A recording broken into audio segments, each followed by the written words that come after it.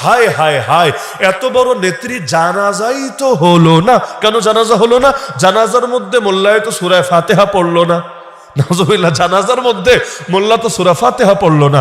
ওই 2 পয়সার এক মৌলবী, ভণ্ড মৌলবী ফতোয়া দিয়ে দিয়েছে। বেগম খালেদা জিয়ার ইন্তেকাল হলো এবং এখনো তো রাষ্ট্রীয় শোক চলছে, 3 দিনের শোক। তার জানাজা হলো। জানাজা পড়ালেন কে? আমাদের উস্তাদ আল্লামা আব্দুল মালিক হাফিজাহুল্লাহ। আমার উস্তাদ বলে বলছি না, বা শুধু বাইতুল মুকাররমের খতিব বলে বলছি না, হুজুরকে যারা কাছ থেকে দেখেছেন তারাই জানে এইরকম একজন আলেম, এইরকম একজন বুজুর্গ, এইরকম একজন আল্লাহওয়ালা, এটা এই দেশে থাকাটা দেশের জন্য ভাগ্যের ব্যাপার।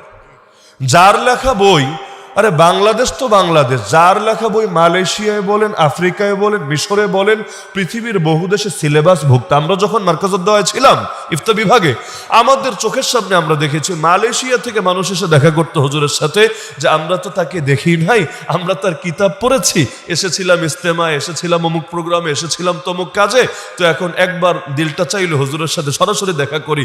আমাদের গর্বে বুকটা ফুলে উঠতো, মাশাআল্লাহ, আমরা সরাসরি কিতাব পড়তে পারছি।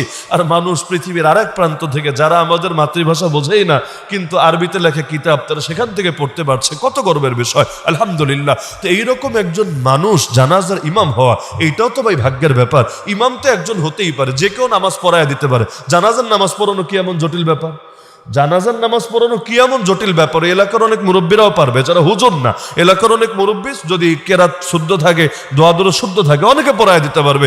সেখানে এই ধরনের এই মাপের একজন ইমাম জানাজা পড়ানো, এবং এরপর মাওলানা মামুনুল হক সাহেবের মতো ব্যক্তি, মিজানুর রহমান আজহারি সাহেবের মতো ব্যক্তি এই মানে খাটিয়াটা পর্যন্ত কাঁধে নেওয়া আসলে বিশাল সৌভাগ্যের ব্যাপার। যে প্রসঙ্গে কথাটা টানলাম, হুজুর জানাজা পড়ালেন, সবার জানাজা যেভাবে পড়ায় সেভাবেই তো পড়ালেন। জানাজা কিভাবে পড়েন আপনারা? আল্লাহু আকবার বলার পরে প্রথমে সানা পড়েন, তাই না?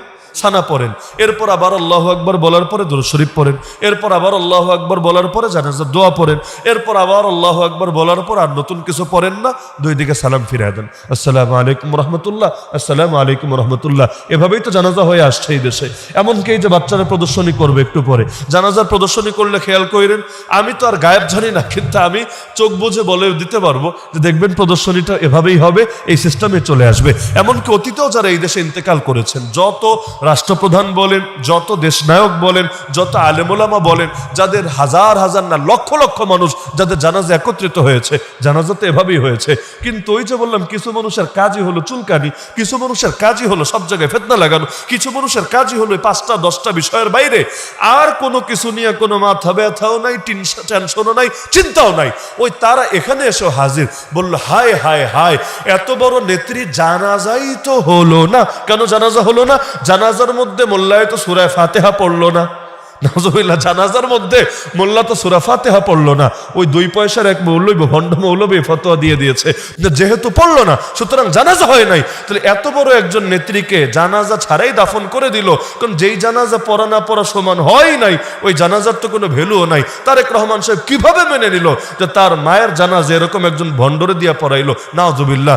অথচ আল্লামা আব্দুল মালিক হাফিজাহুল্লাহ ছাত্র দূরের কথা, তার ছাত্রের ছাত্র হওয়ারও ওইগুলো যোগ্য না। অথচ এইরকম একটা ইস্যু যে জানাজায় অন্তত 20 লাখের উপর নাকি মানুষে ছিল, মিডিয়ায় লিখেছে দেখলাম 24 লাখ থেকে 32 লাখের মাঝে হবে মোট সংখ্যাটা। একুরেট তো বের করা কঠিন। তাহলে সবার জানাজারে নাই করে দিল কেন?